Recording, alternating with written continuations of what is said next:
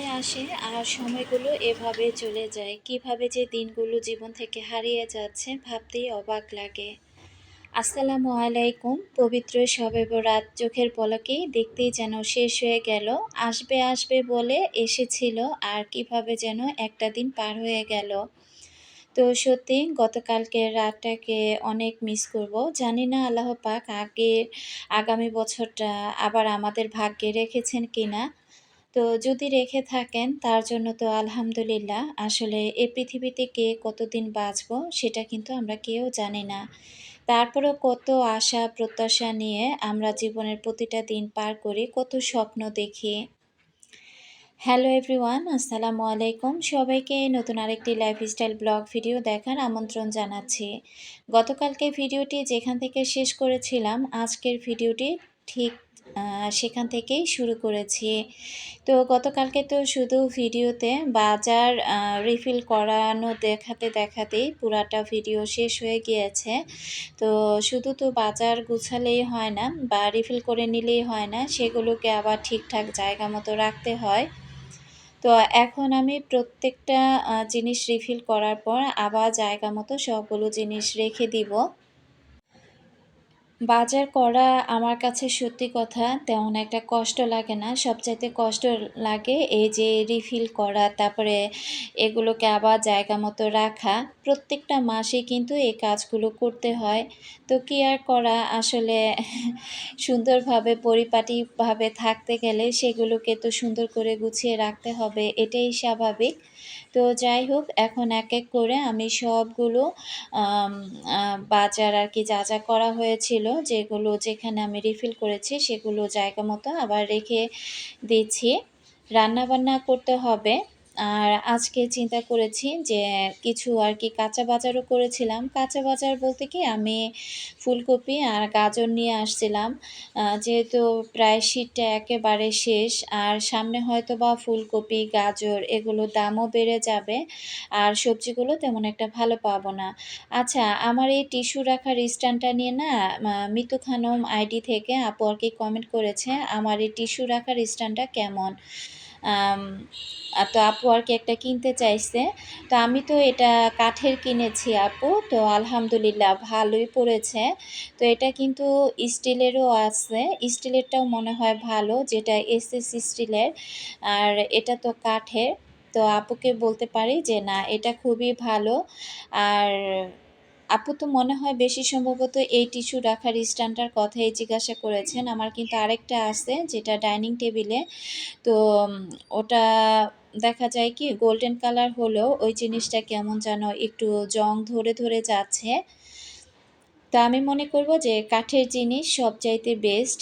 তো এদিক থেকে দেখেন আমি সব কিছু খুব সুন্দর করে গুছিয়ে নেওয়ার পর কতগুলো পলি বের হয়েছে। এই পলিগুলো কিন্তু আমি ফেলে দিব না, পলিগুলো আমি রেখে দিব। তো এই পলিগুলো দেখা যায় অনেক সময় অনেক কাজে কিন্তু লেগে যায়। বাজার থেকে যখন কোনো বাজার করা হয় আর যে পলিগুলো থেকে যায়, তো সেই পলিগুলো আমি রেখে দেই। বেশিরভাগ দেখা যায় আমি ময়লা ফালানোর কাজে এই পলিগুলো কিন্তু ব্যবহার করে থাকি। তো যাই হোক, সবগুলো বাজার রিফিল করার পর আমি খুব সুন্দর করে সব কিছু গুছিয়ে নিলাম। এখানে আমি একটু মুরগির মাংস ভিজিয়ে রেখেছি। তো মুরগির মাংসটা ভিজে গেলে এগুলো থেকে মাংসটা আলাদা করে আমি কিছু মাংস আরকি নরমাল ফ্রিজে রেখে দিব আর বাকিগুলো ডিপ ফ্রিজে রেখে দিব। তো চেষ্টা তো করি যে একদিনে অনেকগুলো কাজ করে নেওয়ার জন্য, কিন্তু আসলে না ওইভাবে কুলিয়ে উঠতে পারি না। একটানা কাজ করতে তখন দেখা যায় হাঁপিয়ে উঠি আর ভালোও লাগে না। তো ইচ্ছে আছে যে সামনে যেহেতু রমজান, তো কিছু জিনিস আরকি আমি ফ্রোজেন করব। কিছু ইফতার আয়োজন আমি রেডি করে তারপরে আরকি ফ্রোজেন করার চিন্তা আছে। এই কারণে মুরগির মাংসগুলো আমি নামিয়ে নিয়েছি। আর এই যে আমি ডিমও নিয়ে আসছিলাম। কালকে তো শুধু শুকনো বাজারগুলো দেখিয়েছি, তার সাথে কিন্তু আমি ডিম নিয়ে আসছি, টুকটাক কিছু কাঁচা বাজারও নিয়ে আসছিলাম। তো ওগুলো আর ভিডিওতে দেখানো হয়নি, যেহেতু গতকালকের ভিডিওটা অনেকটা লং হয়ে গিয়েছিল। সাদা ডিম এনেছিলাম। তো সাদা ডিমটা খাওয়ার পর তেমন একটা ভালো লাগছিল না। তো পরবর্তীতে দেখলাম যে ওই ডিমটা খেয়ে না কোনোভাবেই মজা পাচ্ছি না। কোনো স্বাদ তো নাই। তো ভাবলাম যে তার চাইতে লাল ডিমটা যেহেতু খাওয়া হয়, লাল ডিমটাই নিয়ে যাই। আর আমাদের দেশি যে হাঁসের ডিম বা মুরগির ডিম ওইটার তো এত দাম বাপরে বাপ! ওইটা তো খাওয়াই কঠিন। তো এই কারণে কিন্তু এই লাল ডিমটাই একটু পরিমাণে বেশি খাওয়া হয়। তো যাই হোক ডিমগুলো আমি খুব সুন্দর করে ধুয়ে এই তো আমি ঝরা দিয়ে দিলাম। আর মাংসগুলো আমি আলাদা করে এই বোলটার মধ্যে আরকি নিয়ে নিচ্ছিলাম। কিছু মাছ বাজার করতে হবে, মাংস বাজার করতে হবে। আসলে আমি সময় পাচ্ছি না। প্রতিদিন সংসারের কাজ থেকেই যায়। একটার পর একটা কাজ থেকেই যায়। বাইরে বের হতে আমার এত অলসতা লাগে। তো যে কাজগুলো দেখা যায় আপনাদের ভাইয়ার করার দরকার, সে কাজটা যদি সে করে দিত আমি মনে হয় অনেকটা স্বস্তি পেতাম। আর কাজগুলো করেও আরাম পেতাম। তো কি আর করা? যেহেতু সে সময় পায় না, ঘরে বাইরে ২ দিকেই আমাকে আরকি সামলাতে হয়। তো ডিমটা এখন আমি টেবিলে রেখে আসবো। আব্দুল্লাহ আহমেদ আইডি থেকে আপু কিন্তু সিলেট থেকে আমার ভিডিও দেখে। তো আপু নাকি অনেকদিন যাবত আমার ভিডিওগুলো দেখে। আপু আরকি ওইভাবে কমেন্ট করেনি।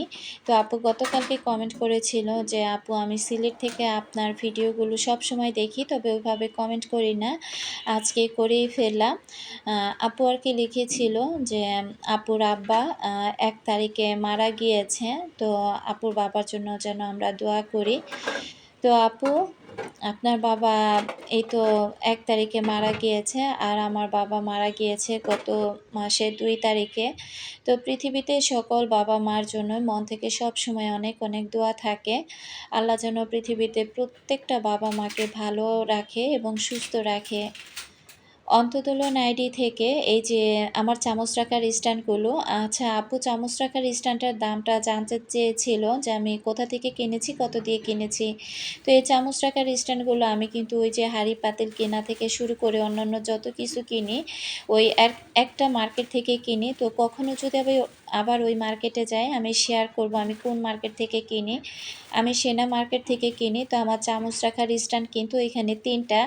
একটা আছে ছোট কালো, তো ওটা নিয়েছিল ৳১০০ আর বড় যেগুলো ওগুলো নিয়েছিল, একটা নিয়েছিল বেশি সম্ভবত ৳২৬০ আরেকটা আরকি ৳২৫০। তো এই তো আপু উত্তরটা দিয়ে দিলাম। আর কখনো যদি ওইভাবে মার্কেটে যাই, আমার যদি মনে থাকে তাহলে আমি চামচ রাখার স্ট্যান্ডগুলো অবশ্যই তোমার সাথে ওই মার্কেটে গেলে শেয়ার করব। আর যদি ভুলে যাই তাহলে তো কিছু করার নাই। তো এখানে আমি আজকে গাজর এনেছি। তো এখানে বেশি আনি নাই। প্রায় ১ কেজির মতো গাজর নিয়ে আসছি আর ২ টা ফুলকপি নিয়ে আসছি। ফুলকপি আমি একটু বড়, বড় সাইজ করে কেটে নিয়েছি আ আঁশগুলো ফেলে।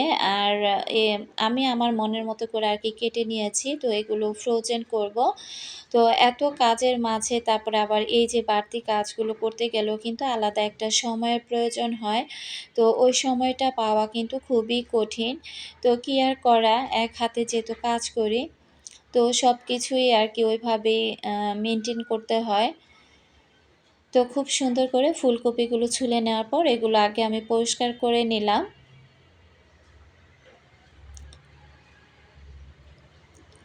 আমি কিন্তু আবার বলছি, গতকালকে ভিডিওটি যেখান থেকে শেষ করেছি, আজকের ভিডিওটি ঠিক সেখান থেকেই কিন্তু শুরু করেছি।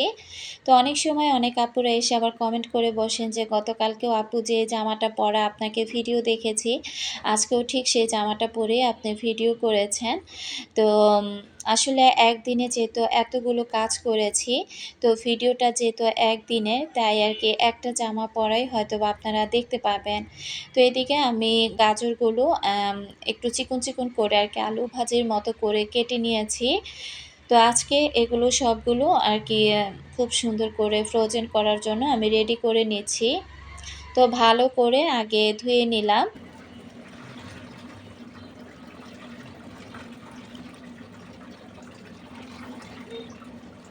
সংসারের কোনো কাজই কিন্তু আমাদের কাছে আসলে এত সহজ না। আমার কাছে মনে হয় সংসারের প্রতিটা কাজই খুব কঠিন।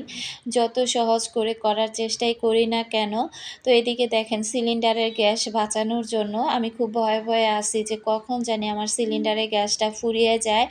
আমি একদম দেখা যায় যেটা একেবারে সিলিন্ডারে না করলেই না, সেই কাজটাই কিন্তু শুধু আমি সিলিন্ডারে করি। আর বেশিরভাগ কাজগুলো আমি রাইস কুকারে, তারপরে যে পানি গরম করার কেতলিটার মধ্যে কিন্তু করে থাকি। আর ওই যে মিনি মাল্টি কুকারটার মধ্যে আরকি করে থাকি। তো এদিকে আমি গরম পানি যেহেতু আমি গরম পানির কেতলিটার মধ্যে করে নিয়েছি, এতে করে কিন্তু সিলিন্ডারটা তেমন একটা খরচ হবে না। আর এপাশে আমি বরফ রেখেছিলাম বক্সে। তো সেই বরফগুলো আমি এই পানির মধ্যে দিয়ে দিলাম। তো আমি কিন্তু একটা বলক চলে আসার সাথে, সাথে এই যে ফুলকপিগুলো তুলে নিচ্ছি। এই ফুলকপিগুলো এভাবে তুলে তারপর কিন্তু এখন আমি এই তো ঠান্ডা পানির মধ্যে দিয়ে দিচ্ছি। আসলে আমি ফার্স্ট টাইম যখন ফুলকপি ফ্রোজেন করি, তো আমি ভেবেছিলাম যে খেতে কেমন না কেমন লাগবে। আমি আসলে একটু ভয়ে, ভয়ে ছিলাম। পরবর্তীতে প্রায় ৬ না ৭ মাস পর আমি ফুলকপিটা নামিয়ে যখন রান্না করি, তখন ফুলকপিটা খেতে এত মজা লেগেছিল। তো তারপর থেকে কিন্তু আমি এই তো গত ২ বছর ধরে কিন্তু ফুলকপিগুলো এভাবে ফ্রোজেন করি। আসলে গরমের সময় আসলে দেখবেন যে চিচিঙ্গা, ধুন্দুল, আম ডাঁটা এই টাইপের সবজিগুলো কিন্তু বেশি থাকে আর বেগুন। তো এগুলো খেতে, খেতে কিন্তু একেবারে তখন বিরক্ত লেগে যায়। তখন মনে হয় যে শীতের ২-১ টা সবজি যদি থাকতো সেটা যদি খেতে পারতাম তাহলে হয়তোবা ভালো লাগতো। তো এই কারণেই কিন্তু আমি ফুলকপিটা আরকি ফ্রোজেন করলাম। তো ২ টা ফুলকপি এনে ফ্রোজেন করেছি। মোটামুটি হয়তোবা ২ দিনে হয়ে যাবে তরকারিতে দিয়ে যদি রান্না করা হয়। তো এবছর সিমটাও আসলে ফ্রোজেন করতে পারবো কি পারবো না আমি জানি না। আসলে এত ব্যস্ততার মধ্যে সময় কাটাচ্ছি। কিছু টমেটো এনেও ফ্রোজেন করতে চাইছিলাম। তো মটরশুঁটি অনেক কিছুই ফ্রোজেন করা বাকি রয়ে গিয়েছে। তো যদি সময় পাই আমি অল্প, অল্প করে সবকিছুই ফ্রোজেন করার চেষ্টা করব। সিমটা ফ্রোজেন করে রাখলে দেখা যায় কি যে গরমের মধ্যে শুটকি দিয়ে রান্না করে খেতে কিন্তু তখন ভালোই লাগে। তো আমি গত বছর একদম অল্প পরিমাণে মনে হয় ১ পোয়ার মতো সিম আরকি ফ্রোজেন করেছিলাম। সেটাও রান্না করেছিলাম। খেতে ভালোই লেগেছিল। আসলে স্বাদ দেখেছিলাম যে তেমন একটা কমে নাই। তো অনেকেই বলে যে ফ্রোজেন করে রাখলে শীতের যে সবজিগুলা নাকি স্বাদ অনেক সময় কমে যায়। হ্যাঁ, কিছু, কিছু জিনিসের স্বাদ হয়তোবা কমে যায়। দীর্ঘদিন যাবৎ ডিপ ফ্রিজে রেখে দিলে আবার কিছু, কিছু সবজির স্বাদ কিন্তু কমে না। তো এখানে আমি পানিটা খুব ভালোভাবে ঝরিয়ে একটা ট্রের মধ্যে সবগুলো ফুলকপি নিয়ে নিলাম। আর এই ট্রের মধ্যে পাতলা করে আমি এই যে এভাবে বিছিয়ে দিয়েছি। এগুলো এখন ডিপ ফ্রিজে রেখে দিব। দেখা যায় ২-৩ ঘন্টা হয়ে গেলে এটা একটু বরফ জমে আসলে এগুলোকে ভালো করে আমি একটু নেড়ে-চেড়ে দিলে ওইভাবে বরফটা একেবারে আটকিয়ে ধরবে না। তো ওটা ওভাবেই থাক, ওইভাবে বরফ হতে থাক। আর এভাবে এখানে যেহেতু ডিমটা পানি ছড়া হয়ে গিয়েছে, তো ডিমের বক্সটা আমি ভালো করে মুছে এরপর এখন ডিমগুলো কিন্তু আমি এই তো রেখে দিব। সাদা ডিমগুলো আর ওইভাবে রয়ে গিয়েছে, ওগুলো বক্সে রাখা হয় নাই। ওইভাবেই আরকি খাওয়া হচ্ছে। তো এই ডিমগুলো যেহেতু আবার আনা হয়েছে, তো এই ডিমগুলো এখন আমি চিন্তা করলাম যে এটা বক্সে করে আলাদা করে আরকি রেখে দেই। আজকে কথা আর কাজ আ এগুলো দেখাতে, দেখাতে কিন্তু অনেক দূর চলে আসছি। তো আমার প্রিয় আপু ভাইয়াদেরকে কিন্তু প্রতিদিনের মতো যে কথাটা ভিডিও শুরুতে বলে থাকি, আজকে বলতে ভুলে গিয়েছি। তো প্লিজ সবাই এ পর্যন্ত যারা আমার সাথে আছেন, এখনো পর্যন্ত একটি লাইক দেননি, প্লিজ একটি লাইক দিয়ে ভিডিওটি কন্টিনিউ করবেন। আর যারা নতুন আজই আমার চ্যানেলে ১ম ভিজিট করেছেন, যদি ভিডিওর কোথাও কোনো অংশ আপনার কাছে এতটুকু ভালো লেগে যায়, চাইলে চ্যানেলটি সাবস্ক্রাইব করে আমার পাশে থেকে যেতে পারেন। অল অপশন বাটনটি অবশ্যই ক্লিক করে রাখবেন। যখন আমি নতুন কোনো ভিডিও দিব সবার আগে নোটিফিকেশান আপনার কাছে পৌঁছে যাবে আর আপনি সময় সুযোগ করে সেই ভিডিওগুলো দেখে নিতে পারবেন। তো এখানে আমি এই তো পাতাকপিটা দিয়ে দিলাম, তার সাথে কাঁচামরিচ আর একটু আদা রসুন বাটা দিয়ে দিয়েছিলাম। তো ওটা যেহেতু ভাপ দেওয়া হয়ে গিয়েছে, এখন আমি এই তো পেঁয়াজ ভালো করে ভেজে তারপরে আবার পাতাকপিটা বাগার দিয়ে নিচ্ছি। আজকে রান্না করব কাচকি মাছের শুটকি। তো চিকন, চিকন করে আলু কেটে নিয়েছি। শুটকিটাও ভালো করে অফ ক্যামেরাতে টেলে এরপর কিন্তু আমি ধুয়ে নিয়েছি। আসলে একটা ভিডিওতে ডিটেইলস সবকিছু দেখাতে গেলে ভিডিওটা কিন্তু অনেকটা লং হয়ে যায়। আর অনেক সময় এত বড়, বড় ভিডিও আমার আপুরা দেখতেও পছন্দ করেন না। একটা সংসারে পরিপাটি করে কাজ করতে গেলে সেগুলো যদি একটু, একটু করেও শেয়ার করতে যাই, তারপরও দেখা যায় যে ভিডিওটা কিন্তু অনেক বড় হয়ে যায়। তো কি আর করা? তো যে সকল আপুরা আমার কাজকর্মগুলো দেখতে পছন্দ করেন, আমি জানি যে তারা ধৈর্য সহকারে এবং ভালোবাসা দিয়ে আমার ভিডিওগুলো দেখে থাকেন। তো এখানে আমি এই তো মাছের বাটিটার মধ্যে আমি পাতাকপি ভাজিটা বেড়ে নিলাম। আর ভালো করে সব রকমের মসলা দিয়ে দিয়েছি। দিয়ে মসলাটা কষিয়ে এখানে শুটকি আর আলু একসাথে দিয়ে দিয়েছি। তো এটা খুব ভালোভাবে আমি কষিয়ে নিব।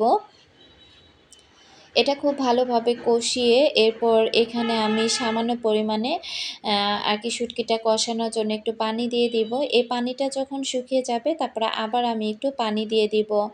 তো একসাথে পানি দিয়ে দিলেও হতো, কিন্তু ওইভাবে আমার মনে হয় যে খেতে আর কি ভালো লাগতো না। যেকোনো জিনিস ভালোভাবে কষিয়ে রান্না করে এরপর যদি আবার ঝোলের পানিটা দেয়া যায় তখন কিন্তু ওটা খেতে ভালো লাগে বেশি।